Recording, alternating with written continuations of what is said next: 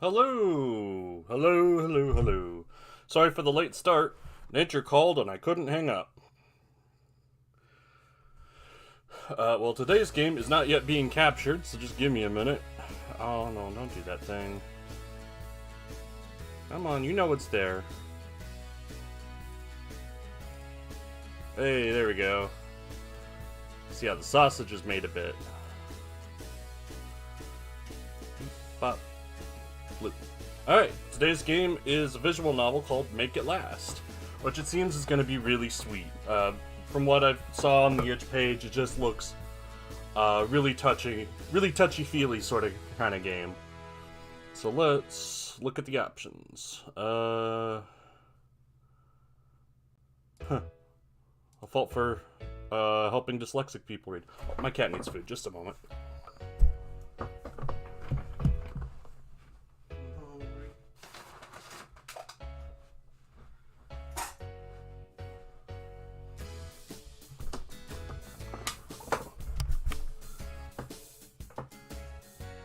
Okay, that seems fine.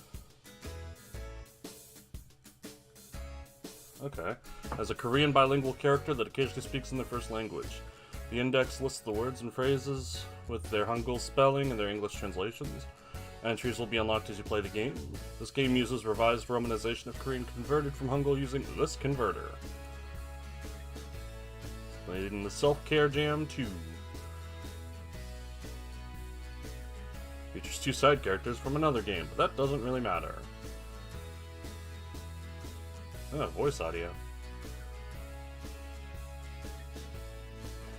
Made with Rempe 6.9. Yeah. Nice. Alright, let's get started. My apologies for mispronouncing Korean words coming up, because I do not know Korean pronunciation rules. Unless it's just voiced. When Jordan was 12, his family moved from... Hold on, I'll do the... When Jordan was 12, his family moved from South Korea to a little town in the United States, located in northern Idaho. That was your first mistake. Never go to Idaho.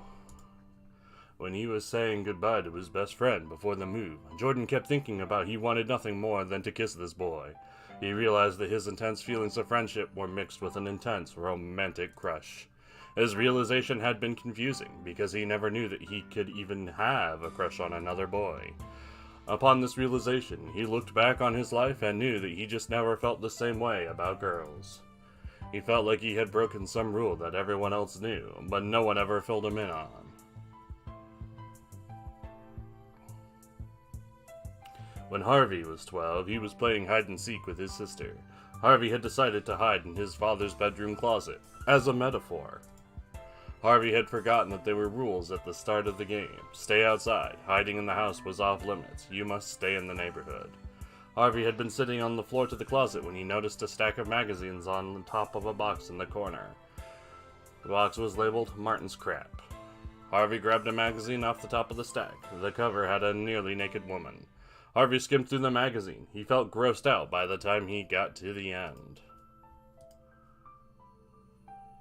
Rearranging the windows a little bit. Okay. Oh, I skipped something. Harvey tossed the magazine back onto the stack and continued hiding. When Jordan was 14, he came out to his older brother Steven. Steven was supportive. He hugged Jordan, who had started crying during all of this, and told him that he would always be there for Jordan. Jordan choked out a question through his tears. Jordan! What should I do? Steven paused. He understood what Jordan was afraid of immediately. He looked at Jordan and told him, if you don't want to come out to them, you don't have to. I'd like to say that mom and dad be supportive, but he had trailed off. Jordan nodded. That should be regular past tense, not past perfect, just he trailed off. He had trailed off doesn't sound quite right, but I guess it's not necessarily wrong. When Harvey was 14, he was helping his mother in the garden. His father came home from work and shook his head as he passed by the two of them. Harvey's mother glared at his father. Harvey asked his mother why his father was always upset with him. She put a gentle hand on his and said that Harvey's father was traditional about how things should be. She followed it up by saying that there was nothing wrong with doing what makes you happy, as long as it doesn't harm other people. Harvey was confused, but hearing that from her made him happy. Later that night, Harvey asked his father what would make him happy. His father replied by telling him that he'd be happy if Harvey manned up. The following school year, Harvey signed up for the football team. Nothing more manly than dudes kissing dudes. No women involved, all men. When Jordan was 16, his mother was sitting down at the dinner table when he got home from school. His mother spoke in a stern tone. Yeonjun, I found this while going through your room. Sitting in front of her was Jordan's diary. Jordan's stomach dropped. No, Mom, you can't tell Dad. Everything about her physically seemed calm, but Jordan knew that she was furious. Her hands clasped in front of her. I will not tell your father, because there won't be any need for it. Her eyes started to tear up, but her voice was filled with rage. You will stop this at once. You will not do this to us after everything we have given you. We will burn this in the stove before your father gets home from work, and from this point forward you will start going on regular dates with girls.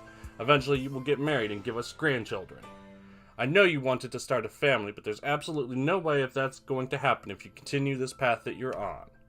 And Jordan watched her open the wood stove and toss his diary into the fire. Every thought, every feeling, every drawing, every secret. Everything he had written down in his diary was disappearing in front of him. When Harvey was 16, he had become the star of the football team. Harvey no longer had time to help his mother in the garden. His mother asked him if he was happy with playing football. Harvey didn't answer at first. He thought about it. He wasn't sure. Harvey said he was happy. His father smiled more often. His father laughed with him. His father hugged him. His father loved him, finally. His mother smiled, but it didn't reach her eyes. His mother laughed, but it felt hollow. His mother hugged him, but there felt like a massive void in between the two of them. His mother had, and always would, deeply love him. Later that year, his mother got very sick. On her deathbed, she told Harvey that there was no way to measure just how much she loved him. She told him that no matter what he does in his life, that she would be proud of him. She told him that he owed it to himself to do what made him happy. She told him that when he finally found his happiness, to do what he could to make it last. She held Harvey in his sister's hands as she passed away peacefully. Shitting into her bedpan, she smiled. Harvey no longer helped his mother with her garden, because she was dead. Didn't you just read the last paragraph? When Jordan and Harvey were 19 years old, they were in college. They met, they loved, they lived, they laughed, they loved, they lived. They kept calm and carried on, and posted minion memes on Facebook. Their lives changed from that point forward. It's been over 20 years since they started building their lives together. Well, then it sounds like they should hurry it up. Visit, visit, visit. A faint vibrating noise came from the far bedside table. Jackie, I think someone's trying to call you. Jordan reached over to wake him up. Using a little too much force, Jordan slapped his hand down onto the cold sheets. Huh? He rolled over. Jordan found that he was alone in the room. Jordan leaned over to see who was calling. Candace. He didn't want to make her wait any longer, so Jordan grabbed the phone and answered. Hey. We got a hey from the voice actor. Hey. Sonic 06, hey. Hey, what's going... Papa! Jordan realized that Candace didn't know who she was talking to. Well, I've been trying to get a hold of you all morning. Cupcake, it's not... I was wondering if... Candace, it's Daddy. Papa just left his phone in the room. Oh. He sat up in bed. Candace went quiet. What's going on, Cupcake? Jordan could hear her breathing on the other side of the phone. I was wondering if I can come by for dinner tonight. Of course, Cupcake. You know it's always okay with us. There was a muffled noise coming from her end. I know, I'm asking right now. Also, Daddy, my boyfriend is gonna come by. What? Boyfriend? Did you say you have a... We gotta see ya. See ya tonight. Tell Papa to call me, please. Love you. Beep, beep, beep, beep, beep. The phone screen lit up with call ended. Jordan glanced at the clock. It was fairly early in the morning. Jordan pulled himself out of bed, got dressed, and unplugged the phone from the charger. We won't have any of those streets in our household. Jordan wasn't sure why Harvey had gotten up so early. He thought he might as well bring Harvey his phone.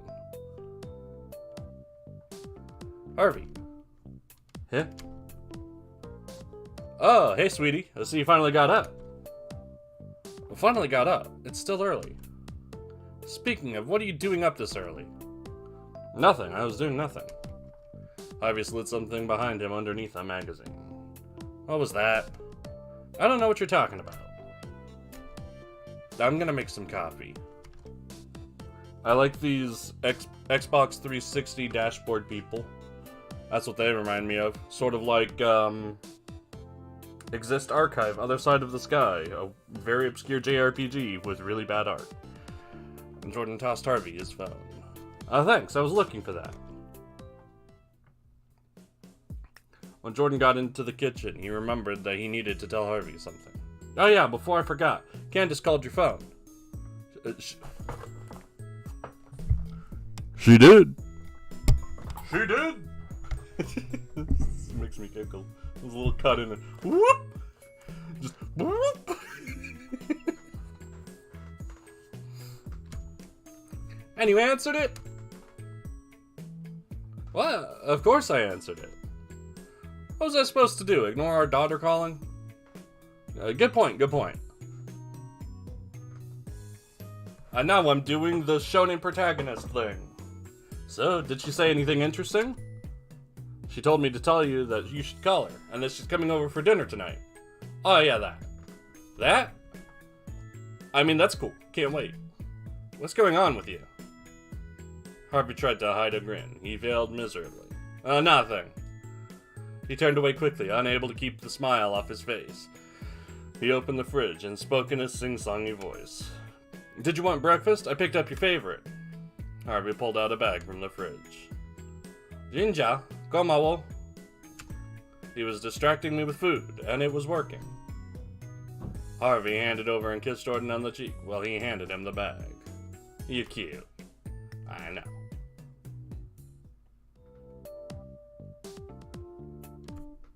Oh, look at that little graduate. They took their places at the dining table and started having breakfast together. Oh, I was going to say something before you brought up food. What was it? Was it about sweet treats?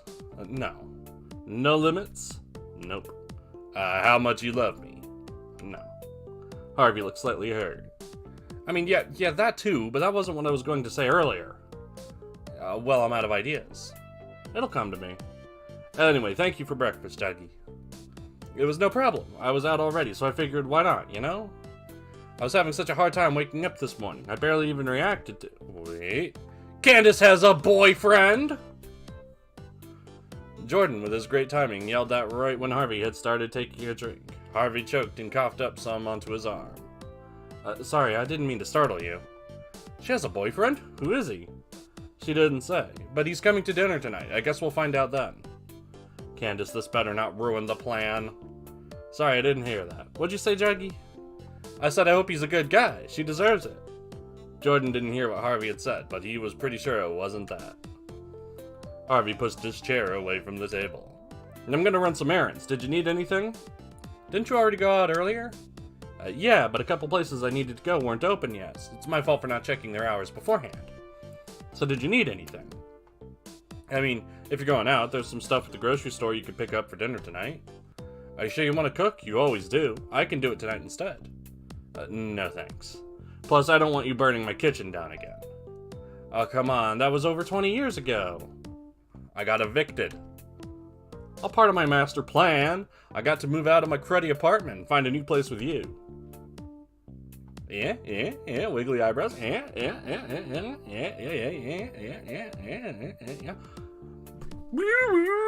I can't do the Wily capsule noise. He wiggled his eyebrows at Jordan. His goofy expression got to Jordan, and they both broke into laughter. It's okay, I don't mind cooking tonight. Jordan leaned over and gave Harvey a quick kiss on the cheek. Cheek count 2!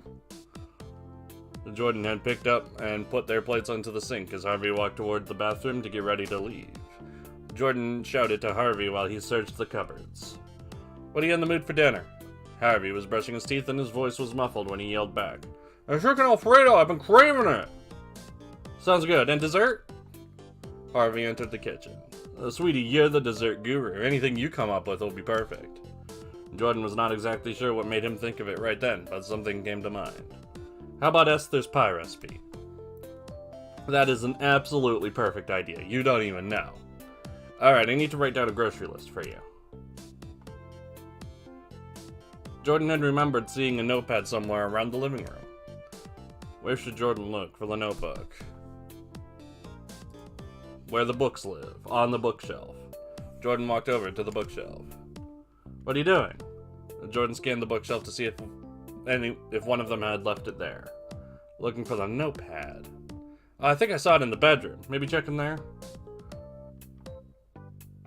Jordan left for the bedroom. He searched around the room, in the closet, and the connected bathroom, but had no luck. When he came back to the living room, something had changed, but Jordan couldn't place a finger on it. I'll just send you a text with the list. That sounds good to me. Thanks, sweetie. Harvey grabbed his car keys and said a quick goodbye to Jordan as he left. Jordan stood near the window and watched Harvey get into his car and drive off. He's acting so weird today. Jordan sighed and shook his head.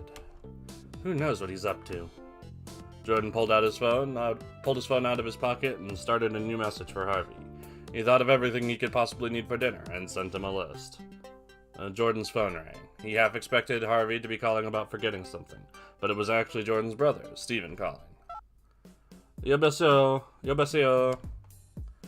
Jordan and Steven talked regularly on the phone. They talked about their families, their jobs, and anything else that was happening in their lives. Bat Miyagoso? While talking on the phone with Steven, Jordan walked around the house and cleaned up a bit. Jordan rinsed out some mugs that were sitting out and put them into the dishwasher. He cleaned up some magazines that had been sitting out on the coffee table for a few days. Jordan found Harvey's coat hanging on a doorknob to the hallway closet. He picked it up and took it into the bedroom. He opened the bedroom closet. He balanced the phone between his shoulder and ear while he reached for a coat hanger. When he was hanging the coat onto the rack, he nudged the shelf above.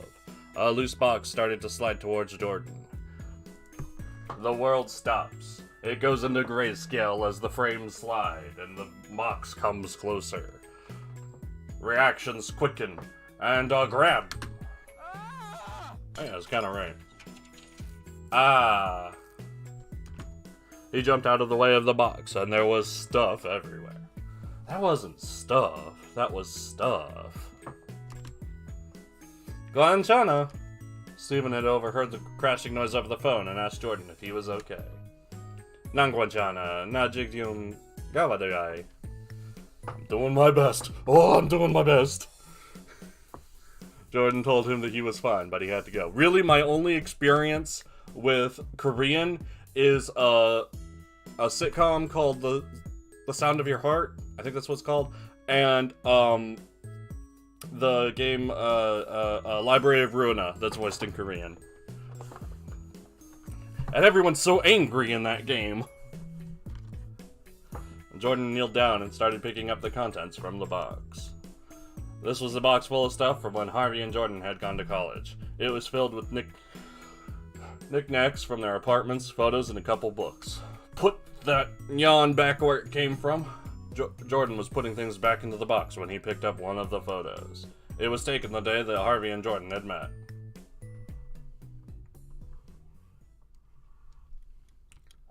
Please just give me a chance at this. I can do this. I'll prove it to you. If I fail, I'll quit. I promise. Dad, please? He hung up on me. My eyes welled up, but I wiped them with my sleeve. I needed to hold myself together, now that I have decided to start narrating in first person, as opposed to a detached, omniscient third. Ding! I turned around and grabbed a rack of cupcakes out of the oven. I set them next to the other ones. The 90s or early 2000s, depending on when this game takes place. The following morning, I stood at a table in front of Morai Community College. The table was filled with all the baked goods that I had spent the previous night perfecting. My speciality was cupcakes. The table next to mine was covered in different kinds of pies. They were being sold by my literary professor, Mrs. Brooks, and her daughter. Jordan, your cupcakes simply look amazing. I can tell you put a lot of effort into this. I blushed a little. I had been preparing for this bake sale for a while now. Mrs. Jordan's daughter clearly wants to be anywhere else. It needed to go perfectly. Thanks, Mrs. Brooks. Please, we're not in class, Boobala. Just call me Esther. Esther's daughter had been reading To Kill a Mockingbird from her seat as she looked up and rolled her eyes. Sure, Esther. Charlotte, I wasn't saying that to you, was I? No, sorry, Mom. Charlotte looked down at her feet and looked defeated, but when her mom turned away, Charlotte caught my eye and flashed a grin at me. Jordan, I don't think you've met my daughter. This is Charlotte. She's a freshman in high school. And Charlotte, this is Jordan. He's a student in my literature class. Pleased to meet you, Charlotte. That's a really pretty name. Thanks, I guess. I didn't pick it out or anything. Esther tapped on a table. Charlotte. Nice to meet you too. Your cupcakes look delicious. I picked up one of the cupcakes in the bag and handed it to her. Wait, like really? Righteous! Charlotte grabbed the cupcake out of my hands with a quick thank you before eating it up. Mrs. Brooks, Esther, did you want one? She smiled at me and turned to her own table. Only if you agree to a slice of pie, consider it a trade. Mom's pies are totally primo. Charlotte nibbled on the remaining cupcake left on the wrapper.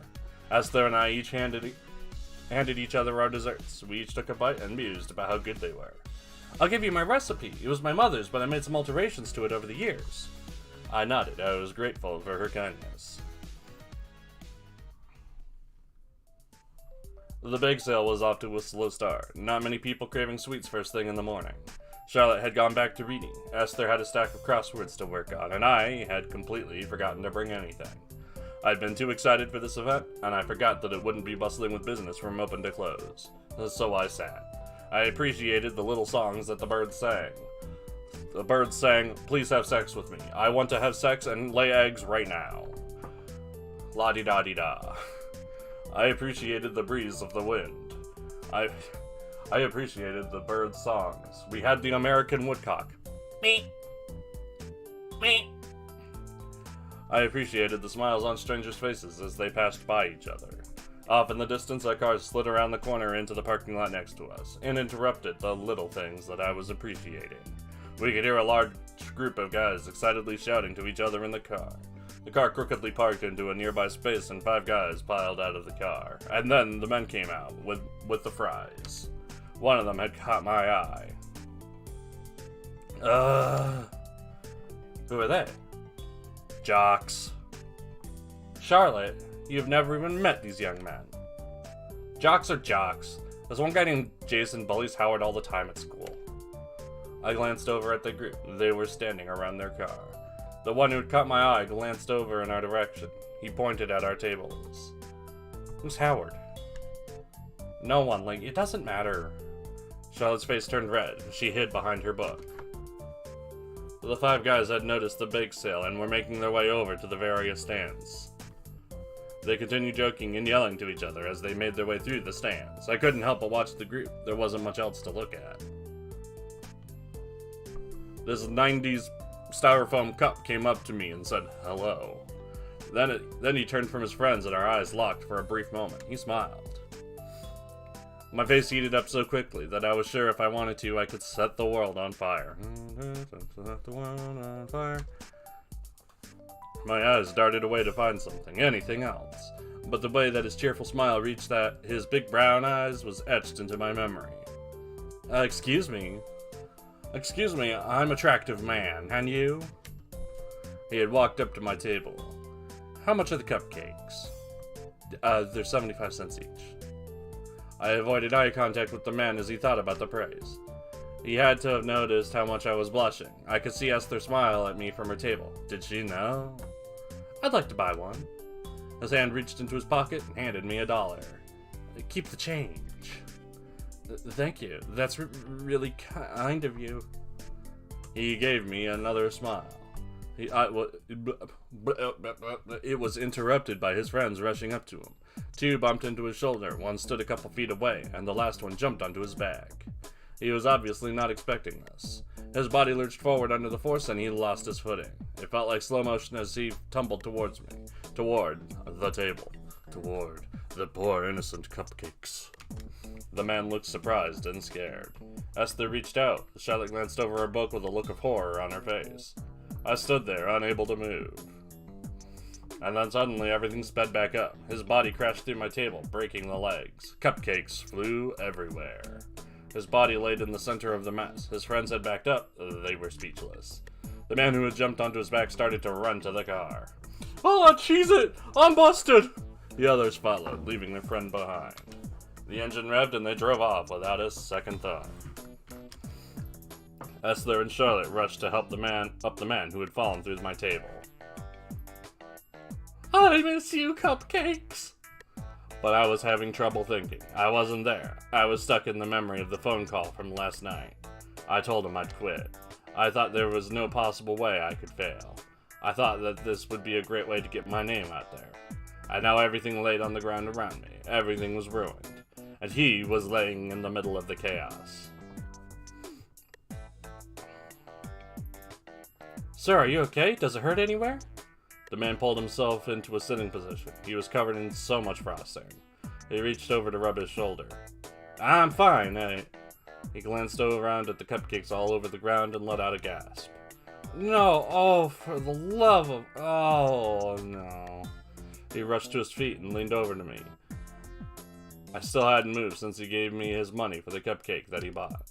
"I'm so sorry. I'm so sorry." He frantically looked around. "I can fix this. I can. I will." "It's ruined now. Don't bother." My voice sounded emotionless to my own ears. The man dropped to his knees and looked at all the cupcakes around him. Slowly, he reached up to his nose and wiped frosting onto his finger. He licked the frosting off of his finger. The cupcake he had bought had smushed itself against the concrete. He reached out for it and unpeeled the wrapper. He took a bite from the bottom. I felt like I was suddenly awake. "This is delicious." "What are you doing? That was on the ground, not the bottom of it. And I paid for this one. I don't want to waste it." He got up to his feet and locked eyes with me. "What's your name?" It's Jordan." My face started to heat up. If I would have come up earlier and bought everything, how much would it have cost? I don't know, $100? He did some quick mental math and then pulled out his wallet. "I don't have that much on me." "I will be right back. Please, Jordan, please wait here." There was something about the way he said my name. There was something about the way he said please that I felt compelled. I nodded and he ran off down the sidewalk. I hadn't noticed that Charlotte had come up with some bags to help clean up the mess. Esther, Charlotte, and I cleaned up everything. I pulled the broken table out of the way, and soon my spot was completely empty. "Now that my life is ruined, you have to marry me. That's just how it works." The man came sprinting back to the bake sale area. He slowed down when he got closer to me. "You already finished? I was gonna help clean up. I'm sorry." He held out a hand to me. I stared at it confused. "Here it is. It's $100, plus some extra for a tip." "What?" "The money that you would have gotten for selling your cupcakes." "Oh, are you sure?" "Yeah, I feel like a total airhead if I couldn't help." "Thank you." I could tell Dad that I was successful. He didn't have to know the truth. But I wasn't sure if I wanted something that I didn't earn like this. The man must have noticed that I was still disappointed. Look, I know I'm not your home slice. Is there any way I can help?" "Is there any way that I can help? Like if we were to go out right now and buy everything we needed to start baking, can we come back?" "If we were to go out right now." "Yeah, I'd like to go out with you." "Oh, that's not what he meant. Oh, that's not what he meant."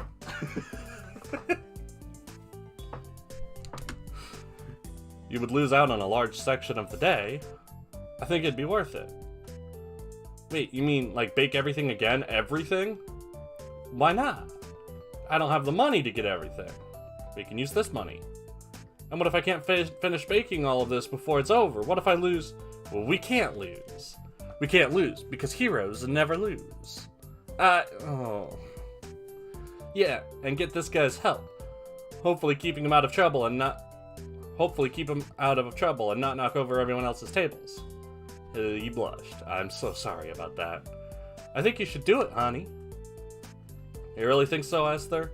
You worked hard, but you didn't get the satisfaction of seeing anyone else enjoy it. I thought about it for a few seconds. Okay. Okay? Let's go bake a new batch. He gave me a smile that reached his eyes again. It made my knees feel weak. Yeah, you two can do it. Charlotte patted me on the back and gave me a thumbs up. Esther leaned in to give me a hug. You can do this. Just have fun. She smiled at me as she stepped back. Alright, Jordan, ready to go? I came face to face with... Well, I still didn't know his name. I didn't catch your name. His face lit up briefly with a smile. My name's Harvey. It's nice to meet you, Jordan. The two of us walked over to my car. Harvey got into the passenger side. Harvey looked out the window and spoke quietly. You have such a nice smile. Did you say something? Nah, let's book it. That's crazy.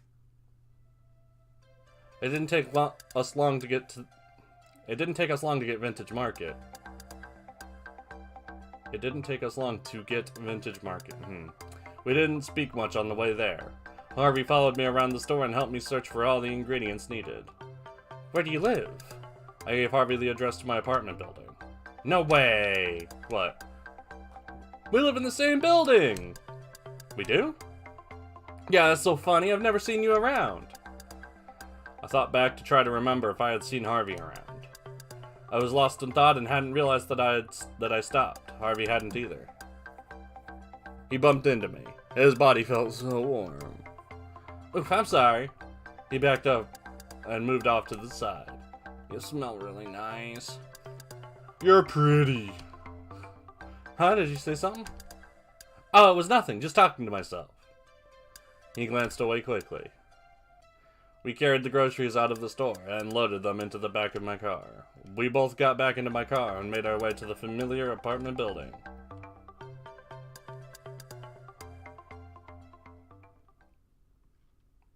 When we got to the building, Harvey balanced the bags into his arms and followed me to my apartment. Sorry about the mess. Oh, good one. I turned to him confused. Wait, you're serious? This is nothing, dude. My place has 5 dudes living in it. The other dudes have girlfriends coming and going, and they throw parties all the time. It's a total wreck. He looked troubled, but quickly gained his composure. But it's cool, you know. I get to meet a lot of people, and there's always music to listen to. Harvey was starting to ramble. Well, if you ever want to break from the party zone, you can come hang out over here. I wasn't sure how I offered that up so easily. I could feel the heat rise to my face. It's okay, I prefer the party zone. Harvey looked like he wanted to take up my offer, but then pushed past me to put the groceries down. We started getting out everything that we needed to bake the cupcakes. Harvey helped me by following my instructions. Gotta do your cooking by the book. Everything went smoothly, and before we knew it, we had several batches ready to go into the oven.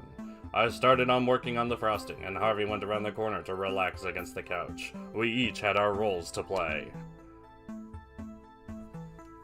Wow, this is so much more comfortable than our couch upstairs.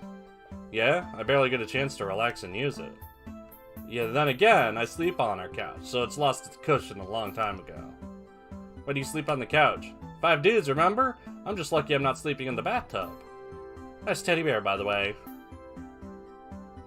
He looked over the back of the couch into the kitchen. I quickly turned around to hide. Bootsy was, a gift. Yeah, sure, you sound confident in that. So you sleep on the couch? I tried to change the subject back to what we had been talking about. I turned back around to see he was resting against the bear. I do. It gets a little awkward when I just want to relax and the other guys bring the girlfriends over. I hadn't thought about that. How often does that happen? How many days are in the week? That's fine. It's better than being at home with my dad. I can understand that. Oh yeah? Yeah, I'm not completely away from my family yet. My dad is on my case to become a lawyer. A lawyer? Yeah, I mean, look at me. A lawyer? We both chuckled. Harvey kneeled against my couch and leaned against the counter. I don't know. I think you can convince me about a thing or two. I wasn't sure if it was intentional, but he raised his eyebrows slightly. A wiggle wiggle, a waggle, a wiggle. I looked down quickly at the frosting that I was mixing. My face was starting to hurt from how much he was making me smile. Not even. I'm terrible! Harvey turned back around and leaned against the bear again. Okay, I'll trust you on that. Neither of us said anything for a few minutes. My brain kept repeating the same question over and over.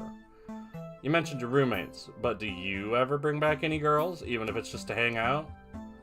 Why did I ask him that? Why? Oh no, I shouldn't have asked him that. That was too personal. I looked down at the frosting, but I kept taking glances at him. He didn't respond right away. Girls. Right? Am I right? High five. Girls, they're not really my thing, I guess you could say. My chest tightened a bit. Harvey whispered to himself. Why did I say that? I haven't said that to anyone before. He shook his head and glanced back up to me with a smile. How about you? I bet you're a regular Mr. Casanova with Bootsy here. I blushed. I'm not really, He had scooted around on the couch to get a better look at me. I could have started a fire with how warm he made me feel. It's okay, The timer went off and interrupted him. He didn't continue. Oh, I've been disconnected. OBS, you play nice. Play nice with the other kids, OBS. Alright, we're still live? We're still live. Instead of you licked. Lick it? Yes, no. Eh? Oh dear, that was so cute. I'm gonna die from how cute that was. I'm gonna have to resist the urge to buy all these cupcakes when we get back to the bake sale. He made eye contact with me, and I felt like I could just melt right there in the middle of the kitchen. When the cupcakes were finished baking and being decorated, Harvey and I loaded them into boxes and took them out to my car. We didn't live far from campus, so it was still early afternoon by the time we got back to the bake sale. The bake sale was really busy now. It felt completely different from the way it did this morning. Esther and Charlotte had set up a new table in my spot while Harvey and I were gone. There was a folded paper sign with reserved written down on it, in a handwriting that I assumed was Charlotte's. Harvey told me that he'd bring the boxes of cupcakes from the car while I started setting up, and soon we were ready to go again. Thank you for all your help today, Harvey. I had convinced myself that he would leave now that he had filled his obligation to help me. It's no problem, man. Today's been a lot of fun so far. Harvey pulled up a seat and sat down next to the table. Aren't you gonna sit down? He gestured at my seat beside him. Yeah, thanks. I stumbled onto my seat and tried to relax next to him. We sat there for a while, but not many people were coming by the table. I was starting to feel anxious. I think Harvey noticed my fingers tapping the table. Harvey got up, walked to the other side of the table, and pulled some money out of his pocket. He handed it to me and grabbed a cupcake. You could just have one. Damn! Did you make these? What? You were right there with me. He turned to some kids leaving the library nearby. Hey, have you tried these things? They said no and started walking over. I didn't know that Harvey was a marketing genius. Like, you should really try these. Otherwise, I'm gonna buy them all up. Harvey. That goes for everyone. Buy these before I eat them all up. If I eat them all, then I'll totally get fat and the coach will have to bench his star running back. Hurry, help me before I hire this man as my personal chef. I need cupcakes all day long. Save me from an eternity of cupcakes. Save the school's football team. There's no way I'm gonna stop eating these if people don't buy them up. Harvey's yelling had gotten a lot of people's attention. Everyone was paying attention to him. And for the last few minutes, he hadn't taken his eyes off of me. He was doing all he could to help me sell these cupcakes. Now that I had an AstroTurf agent selling my cupcakes, things went much better. The crowd started to form around my table. Harvey winked at me. People were lining up to hand me money and take a cupcake. Harvey's shouting had brought in all sorts of customers for the other tables as well. And soon we were sold out. Thanks to our Harvey, I had earned my goal. When the crowd disappeared and everyone else was packing up their things, Harvey came and sat back down next to me. Esther walked over to our table and pulled a camera out of her bag. "You two did so well today. Would you mind if I took a picture?" Harvey nodded quickly and wrapped one arm around my neck and the other placed on my shoulder. My smile grew bigger than I anticipated and my face started to heat up. I moved my hand to play with a couple strands of hair to try and hide it. "Say cheese!" And with a click of the button, Esther took our photo. "I'll give you both a copy of this photo later. Just come by the classroom next week." "Sure thing, Mrs. B." "Thank you, Esther." Esther and Charlotte waved goodbye as they grabbed the remaining things to take to their car. Soon it was only Harvey and myself. I didn't even see anyone walking around the campus. The sun had set, and we were still sitting where Esther had taken our photo. Harvey's arm was still hanging around my neck. I felt stiff. I didn't want this moment to end, and I was afraid any sudden movements would cause him to leave. I glanced at him out of the corner of my eye. He was watching the sky. There was silence between us. He sighed. "Jordan, today was the most fun I've had in a long time." Thank you." After all of his help, he was still thanking me. I didn't do anything. He let out a small laugh. "You don't give yourself enough credit." He spoke quietly into the night air. "I like you." My chest tightened, and I'm hoping that you like me too. My face felt hot. I tried searching for something that I could say to him, but my voice got caught in my throat. So I just nodded, and I kept my head down. He smiled at the stars in the sky. My hand started to shake in my lap. I simply could not have predicted that this is how today would go. Harvey reached over with his free hand and placed it gently on mine. His hand was so warm.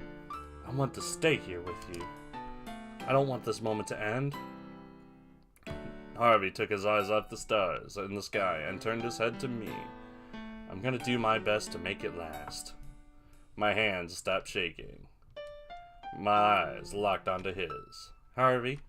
"Yeah? I have a question." "I have one too. Ask yours first." "Can I see you again after tonight?"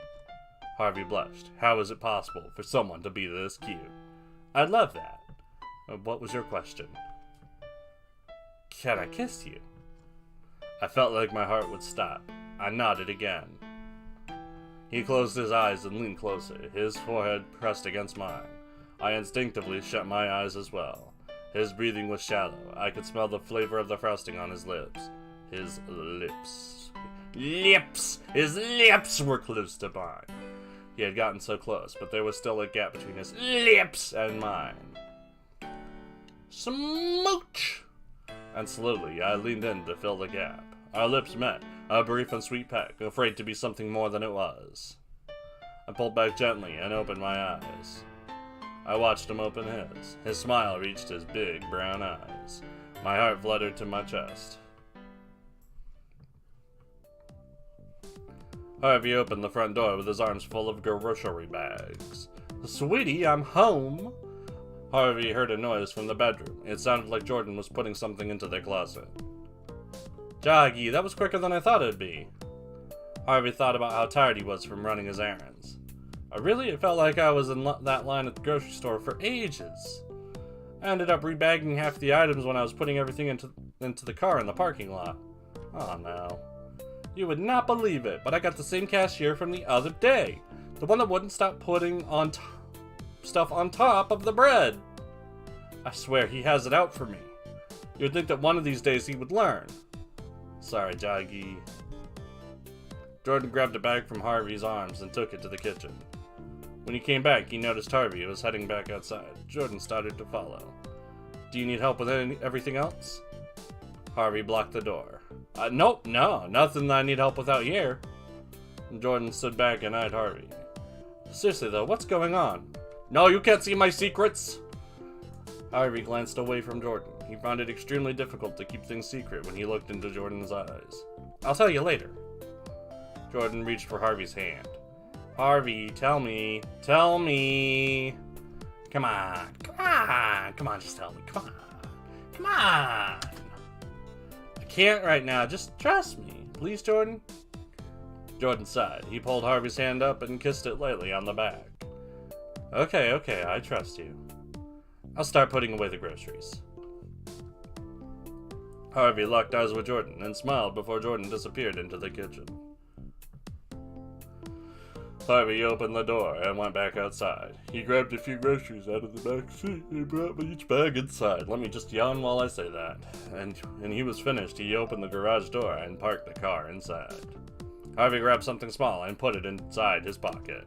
Inside. Thankfully he didn't see it inside. Harvey walked to the front porch and sat down on the steps. Sometimes he just liked to relax and watch the world go by. His garden was buzzing with bumblebees. The birds sang short songs back and forth to each other. Me. Those were pretty short. And the leaves on the willow tree blew in the wind. When they first moved into this house, that tree was just a little sapling. Now it's a metaphor. Harvey's thoughts got lost in the wind. Jordan was resting his head against the passenger side window. Candace was asleep in her car seat, and I was driving us to our new home. We had been living in an apartment across town, but we wanted a better home to raise Candace in. Jordan recently opened his bakery, and I hoped living closer to it would help.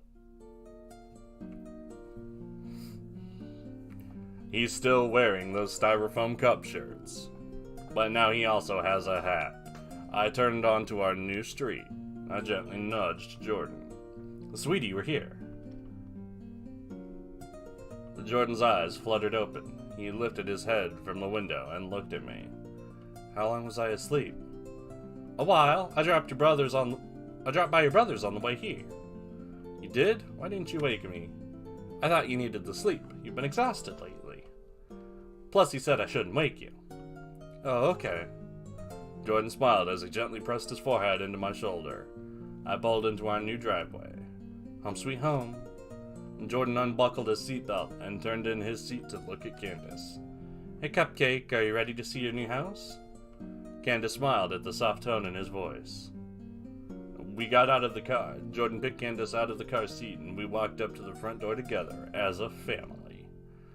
Did they say what kind of tree is growing here? It's a weeping willow. Oh, that's nice. I always like those kinds of trees. Me too. Plus, I like the idea of it growing as Candace grows. Jordan smiled and nuzzled his face into Candace's hair for a second. I unlocked the front door and followed Jordan and Candace in. The movers must be running a little late. Yeah, but they should be here soon.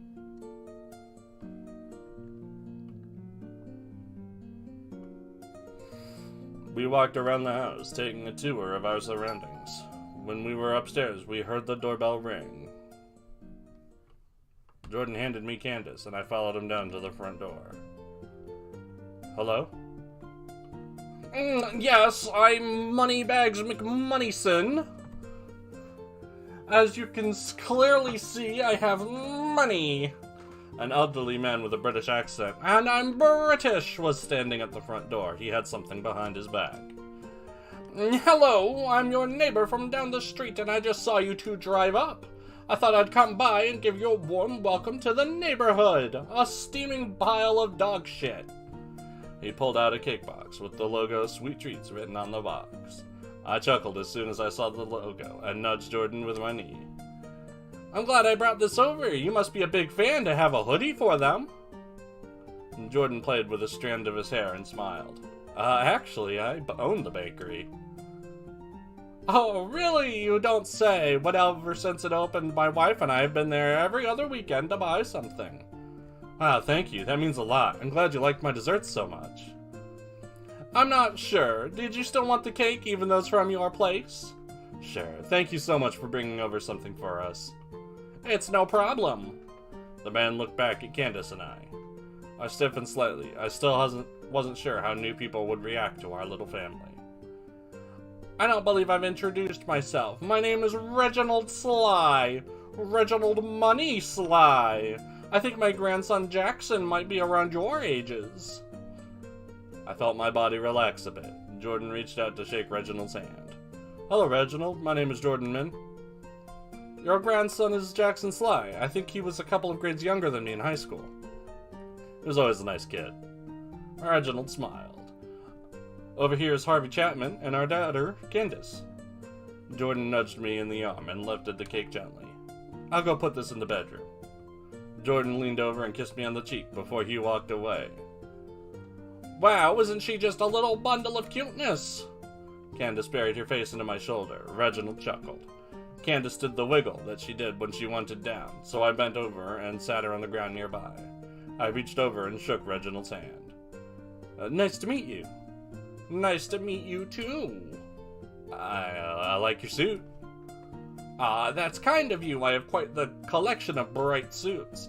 I actually just lent a white one to my grandson for his most recent job interview. You know what they say, when you look good, you feel good. I was sure I wouldn't look good or feel good in that suit. I could hear Jordan walking back from the other room when I noticed the moving truck coming down the street. As they turned into the driveway, the driver's foot missed the brake pedal and slammed forward on the gas, crushing Candace instantly. She's now a smear on the pavement. The man in the passenger seat reached over for the emergency brake before the truck ran into our new wooden fence. But the truck had stopped on top of the willow tree. Jordan ran outside past Reginald, and I was standing in the doorway. The men in the moving truck backed up and parked their vehicle properly in the driveway. Reginald was already making his way to the moving truck to chew them out on our behalf. I let Reginald talk to the moving employees, and I rushed towards him. Is it Dad? He knelt at the base of the sapling. I can't believe this is happening. I leaned down next to him and put an arm around his shoulders. It had been an incredibly stressful week, and Jordan had broken down into tears. Hey, sweetie, it's gonna be okay. His face was pressed into my shoulder, and I could feel the tension leave his shoulders as he sobbed. Then his breath hitched. He snapped his head towards my face and pushed himself away, accidentally pushing himself too far and stumbling back. No one in this world has an ounce of control. Where's Candace? Bling, bling, bling. The world stopped for a moment. Where was she? I couldn't remember when I stopped holding on to her. She's inside, I think. Did you just say you think? Machusa? He pushed himself off of the ground and ran inside. Candace! I pulled myself off the ground and ran in after him. Jordan was frantically calling out Candace's name. He ran towards the backyard. Where should I look? Well, there was that story about hiding in the closet, so let's try there. I rushed into the middle of the room. I tried to keep myself calm and called out to Candace in the best calm tone I could muster. Did you put your name in the goblet of fire? The room was still empty, so it wasn't hard to check everywhere. I got onto the ground and peered into the fireplace. I leaned out the window and glanced at the ground outside. I opened the closet door, but nothing was in there except the water heater. I stopped to listen closely. I tried to see if I could hear Candace anywhere in the living room. I found her! I heard Jordan shout from the back of the house, our bedroom. I rushed through the rest of the house and stumbled through the doorway. He was standing in front of the closet with his hand on the doorknob. You found her? He nodded and turned the knob. Candace was sitting on the ground of our bedroom closet. The cake box was in front of her, opened up, and she was pushing cake into her mouth. The trap worked perfectly. She hadn't made a mess. Her hands were digging into the cake in front of her. There were crumbs and lumps of cake sinking into the carpet around her. She was covered in frosting. She looks like you, he said in between his laughter and crying. Huh? He calmed himself down enough to speak. When we first met, you were covered in frosting like this. Oh, we broke out in laughter together. Our child had not died this day. After we found Candace, I went out to talk to Reginald and the movers. Jordan took Candace into the bathroom to clean her up. Over the next few hours, I told Jordan to relax with Candace on the porch while I helped the movers bring in our stuff. Reginald once again welcomed us to the neighborhood before heading back to his house. Eventually, we moved everything inside of the house, and the movers left. Jordan's back was up against the wall next to the front door. Candace was asleep in his lap. He was staring at the sapling in the yard. I sat down next to him, and he shifted his body to lean his head against my shoulder. I feel like I haven't been myself the last few days. I'm just so tired and stressed out. I'm sorry that I yelled earlier. It's gonna be okay, sweetie. We're gonna make it through this. We're gonna become stronger from this. And we'll be together every step of the way, and we'll make it last. We're a family. No matter what we're up against, we'll make it. He glanced down at our little girl in his lap. She's our little cupcake. Cupcake, I like that. He turned my head to kiss him on the forehead. I turned my head to kiss him on the forehead. He let out a sigh and let his body loosen the tension he had built up. Things are gonna get easier. I hope so.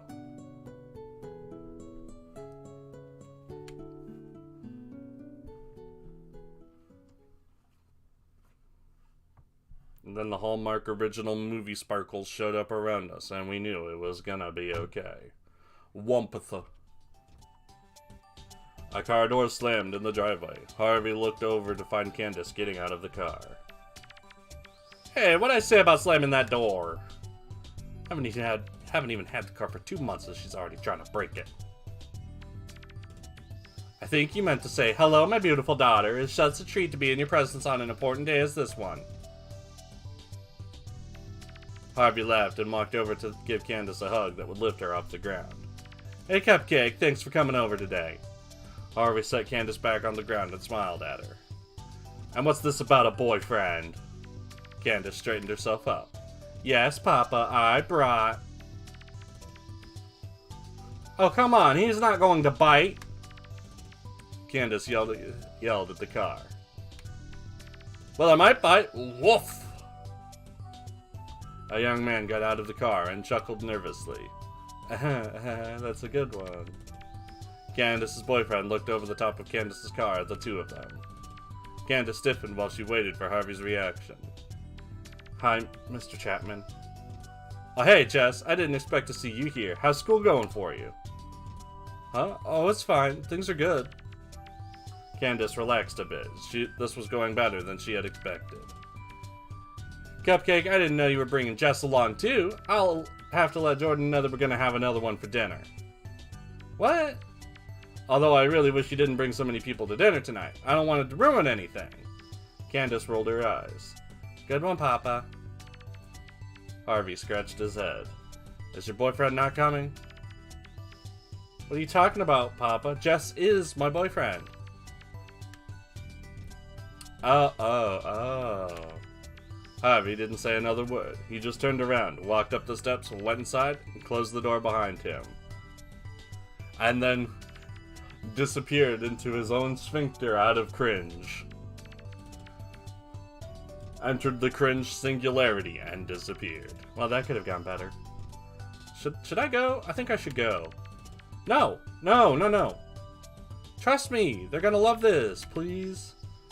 Jess brushed his hair out of his face with his hand. Is he gonna kill me? No, of course, no. I don't think so. Pretty sure. That's totally the confident-sounding answer that I needed. Candace mused for a moment.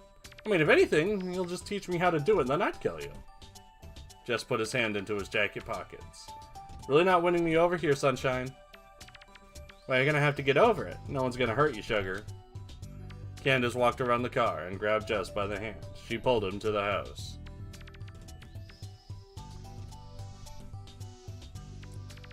What are you saying? It's Jess. She's dating Jess. Candace walked inside and Jordan caught her eye as she walked in.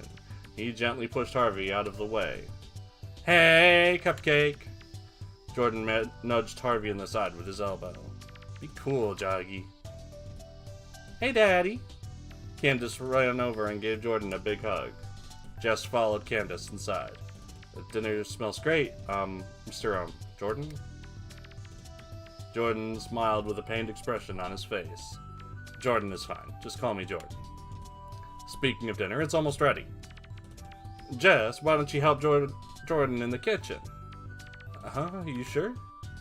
Yeah, I could use some help. Candace knew that they were trying to make Jess feel more comfortable. and get him alone with where the knives are, and then feed him into the garbage disposal. She felt relieved. Jess followed Jordan into the kitchen. Harvey and Candace were standing in the living room alone. Are you nervous? Is it that obvious? Candace walked over to Harvey and gave him a big hug. I love you, Cupcake. Harvey and Candace walked to the dining room together to start setting the table. Harvey placed some flowers that he had cut from his garden that morning onto the center of the table. Jordan and Jess came in from the kitchen to set a pan of chicken Alfredo down on the table. Everyone smiled as they dished up their plates and sat in their seats at the table. So Jess, at the table. It's been a while since I last saw you at the table. Yeah, I think it was at Candace's high school graduation party. What have you been up to in college? Well, I've been going to college, same as Candace. What are you studying? I'm majoring in photography.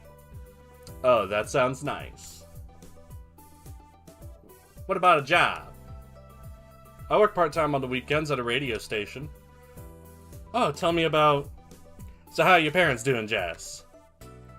Jordan side-eyed Harvey. Well, my dad's still working in Alaska. He's doing good, I think, and Mom's been working double shifts to take care of my sister.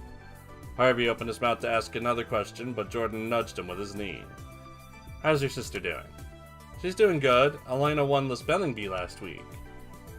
I'm so proud of her. From one spelling bee winner to another. Candace squeezed Jess's hand to stop him from floating away. Sorry if this is awkward. Well, it's a personal question. It's actually been on my mind for a while. What's that? Now, I understand if you don't feel comfortable answering, but I was wondering. Candace eyed Jess. What are you doing? You don't ask your girlfriend's parents uncomfortable personal questions, especially on a night like this. Did you adopt Candace? I always assumed, but she looks a lot like both of you, and... Harvey chuckled and stopped Jess from rambling. Boy, you sure know how to ask awkward questions. To answer your question, we had a surrogate. I'm biologically Candace's dad. And her birth mother is my sister, Cheryl.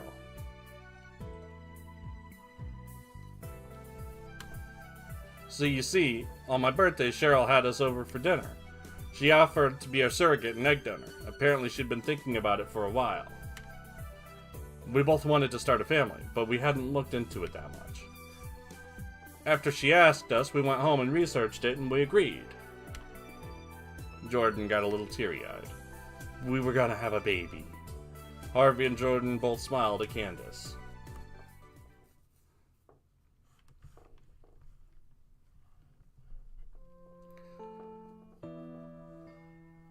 The evening that my sister went into labor, the two of us headed down to the hospital. There was a mix-up at the front desk, and although we were supposed to be in the room with Cheryl, we were forced to sit in the waiting room instead. She was in labor for a while, and we were just so excited to meet you. At one point, I offered to grab us some snacks from the vending machine. A little too much time had passed since Jordan left, so I decided to go look for him. I found him just standing in front of the vending machine. He was crying his eyes out. I swear I must have blacked out. I don't know that happened. Because one minute I'm leaving to get us snacks, and the next you're hugging me and my face is soaked with tears. I was trying to calm him down, and he finally comes back to me. He's crying into my shoulder, and he says, I'm gonna be a father. We're going to have a family. I never thought I was going to get this chance. I know, sweetie, I know. I can't wait to start this family with you. So he calms me down, and we go back to the waiting room together. One excruciatingly long hour later, the doctor comes out and gives us the news. It's a girl. They take us back into the room where Aunt Cheryl was holding the most beautiful baby girl. She handed the baby to us, and when I was holding onto her for the first time, something changed in me.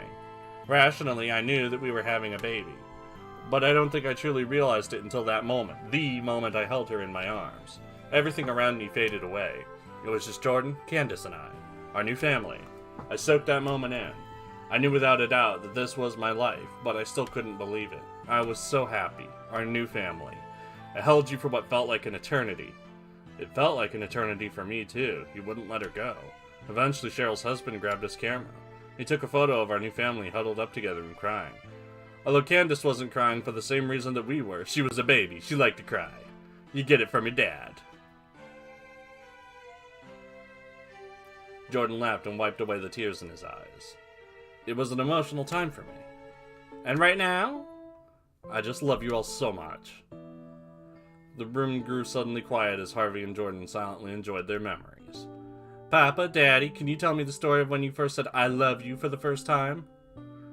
You really want to hear that? It's nothing special. Yeah, I really want to hear it. I don't think you've ever told me before. Harvey and Jordan turned to look at each other. Give my boyfriend the steamy deets.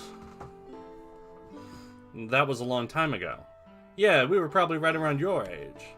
We had been dating for about 6 months. We had gone to the lake at night.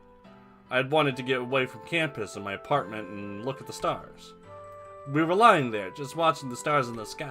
Well, I think they were stars. I wasn't actually looking at the sky, I was looking at him.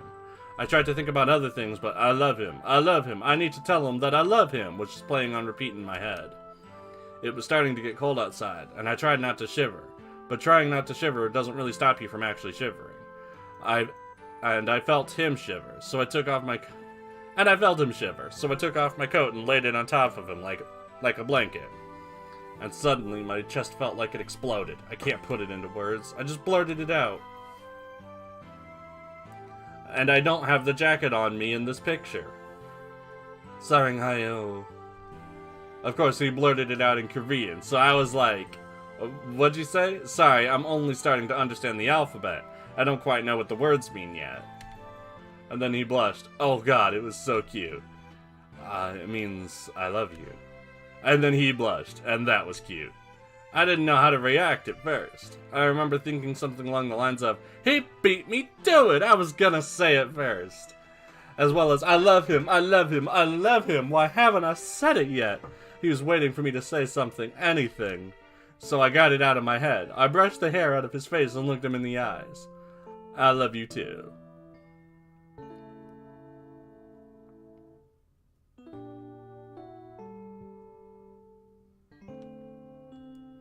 Harvey was holding Jordan's hand on the table. The two of them gazed into each other's eyes as they finished the story. Shortly after, everyone was done with their meals. Jordan excused himself and took everyone's plates into the kitchen. He sliced a piece of pie for everyone and placed them onto a tray. He came back into the dining room. Hey, sweetie, I was thinking that the four of us could enjoy that pie outside after my voice stops cracking. We could look up at the stars together. I love that idea. Jordan followed Candace, Jess, and Harvey out to the willow tree in the front yard. He set the tray down on the ground, and everyone grabbed their slice, and to commemorate it, another moving truck hit the tree. Candace and Jess looked off into the darkness of the neighborhood. Jordan wanted to watch the stars above them. Harvey glanced at his daughter. He thought about the life that he and Jordan had built together. Harvey glanced at the willow tree. He thought about this little house had become their home. Harvey gazed at Jordan, and he thought, I love him, I love him, I love him. He thought of his mother's words. He reached over and wrapped his arm around Jordan's shoulder. He pulled Jordan closer to him. Harvey spoke softly. I just want to say how I truly cherish every moment, every memory together. Harvey's eyes looked glossy, and Jordan momentarily covered his face with his hand. Hajime, you're gonna make me cry if you look at me like that.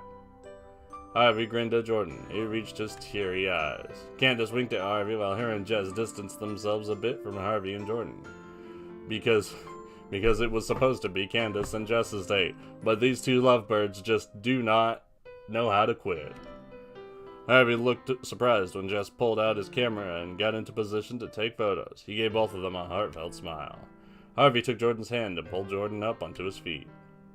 Harvey kneeled down on one knee in front of him. What are you doing? Harvey chuckled and pulled a small box out from his pocket. Is this really happening right now? Harvey had a hard time holding it together. He nodded and a few tears managed to escape. Harvey opened the box. A ring shined in the moonlight. Jordan, Yes. Hold on, I haven't finished. I know. Yes. Harvey smiled at Jordan. Jordan smiled back. I was nervous that I'd forget to say something, so I prepared myself a bit. Harvey used a free hand to pull the small notebook. That's where it went! He was making notes! That Jordan was looking for earlier out of his back pocket. When I was 19 years old, I literally crashed into your life. Every moment since then has been better for a dream come true. Because before that, nothing that I dreamed of could have ever compared to you. Jordan put a hand over his heart. When I was 20 years old, you told me that you loved me. I told you that I loved you too. And when I was 23 years old, our beautiful daughter came into the world and we began our journey into parenthood. Jordan reached up and wiped the tears from his face. Harvey stroked Jordan's hand gently with his thumb. When I was 25 years old, we moved into our home together. Harvey looked down nervously at the pages in his notebook and skipped ahead. When I was 16, my mother told me that when I found something that made me truly happy, I should put a ring on it. Everyone would want to put a ring on it. Harvey choked up. He set the notebook aside and gazed into Jordan's eyes. Then I needed to do all that I could to make it last. I've been trying to do that for the last 23 years of my life. And I already know that we are going to grow old together. Idaho. Hold on. I need to check something. Idaho same-sex marriage laws. Recognized since 2014.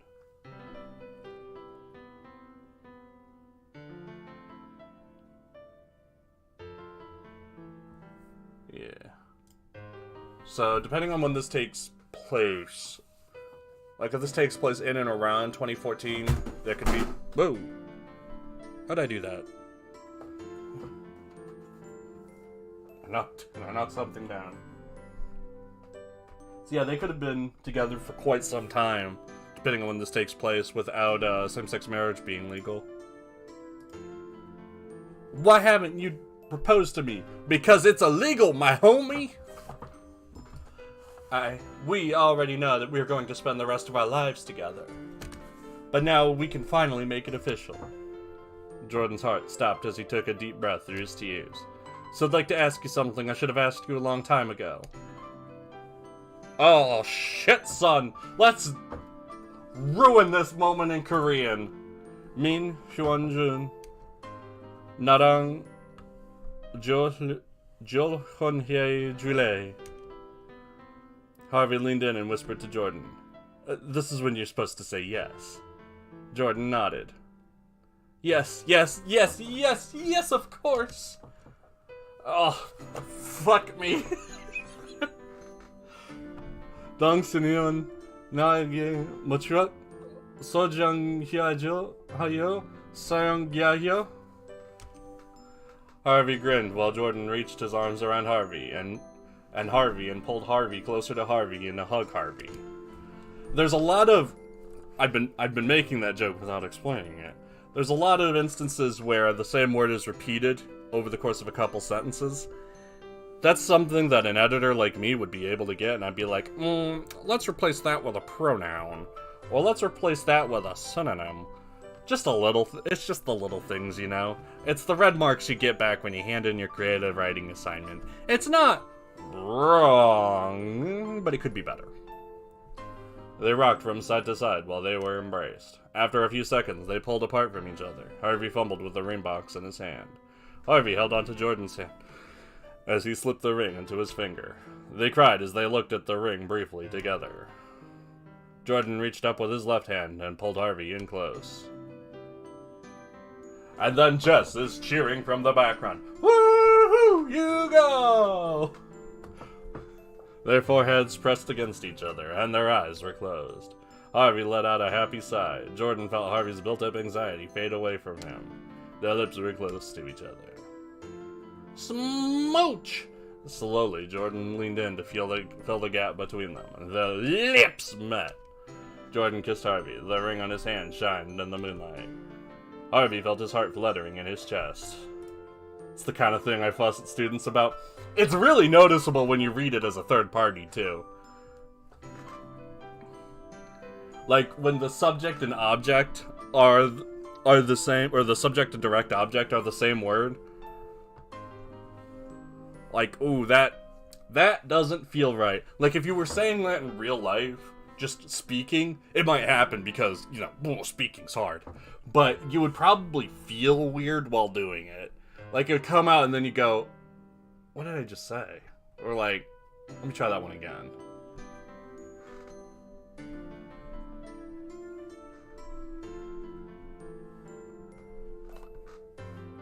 Anyway, Harvey felt his heart fluttering in his chest. Heart palpitations, a heart attack. They did spend their entire lives together. Oh no. When Jordan and Harvey were 42 years old, Harvey asked Jordan to marry him after being together for 23 years. And there was nothing in the world that they wanted more than to spend their lives together. They were happy, despite what their parents wanted. Harvey had kept his promise. Easier to catch as a third party, yeah. As an editor, yeah. They would make it last. Roll credits. And scene.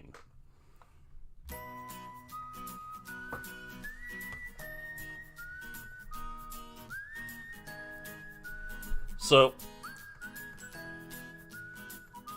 how do I put this? I want to stay here with you. Aw, that's sweet. Under sunny skies, looking in your big brown Tyler Cole, you've got some explaining to do. goes by, but my heart stays true. And every smile you give, your love it shines right through. And in this moment, I'll make it last, make it last. That's really cute. I'll take my time. My daddies are getting married. And as the present And that's us there. I'll do my best to make Oh, I see Charlotte in the audience. I'll make I think that's who that's supposed to be. I'll make it last. Whatever it takes, I'll make it last. And though the future's coming fast, Oh, that's not that's not Esther. She has all her teeth. Unless she got an implant, I guess. Stock photos of plants. Stock photos of plants. Stock photos of plants. everybody seems to think things come to an end. But I won't fall for that, oh no. Forever you will be my friend. And no one else can make me feel the way you without effort do. And you are mine for now and always. So, with both of their parents obviously disapproving of them, So I'll make it last. obviously disapproving of them, it would be easy to write a story where it's like, I don't know, you've got this sort of Romeo and Juliet situation where the parents disapprove, so the lovers go off on their own. But I also know why that was not what they did. And it's because, well, for one, it's cliche, but more than that, it's hurtful? Maybe that's not the right word. Often when LGBT people are represented for being LGBT in media, it's a tragedy. Something goes wrong, like one of them dies, because that's poignant. But also, it's really demoralizing to know that your role in fiction is to die so that straight people can cry. So, emphatically not doing that and having a story with basically no conflict is just the win that people need now and then.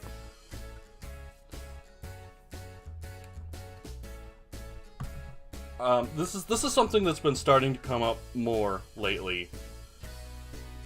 That even a story where the minority gets killed in the short version of it, is meant to root for that minority, and it's meant to be sad that they died, that they lost. It's very frustrating to see that again and again. One good example of staying away from this is the Candyman remake. Lots of bad things happen to lots of people. I mean, it's a horror movie. But there's a gay couple in that, and about halfway through the movie, they kind of recognize that something spooky's going down, and they just peace out. They basically just walk away from the plot and say, we don't want anything to do with this. And that's it. And that's the end of their participation in the story. So they tell a couple dumb jokes in the beginning, they're cute together, and when things are starting to go wrong, they're like, we know what's happening, we ain't gonna be the poignant death of this movie, So that's an example of having side characters fulfill this role of the gay characters who are not killed because it's sad. And that's something that is worth considering going forward when writing. But that's that is all there is.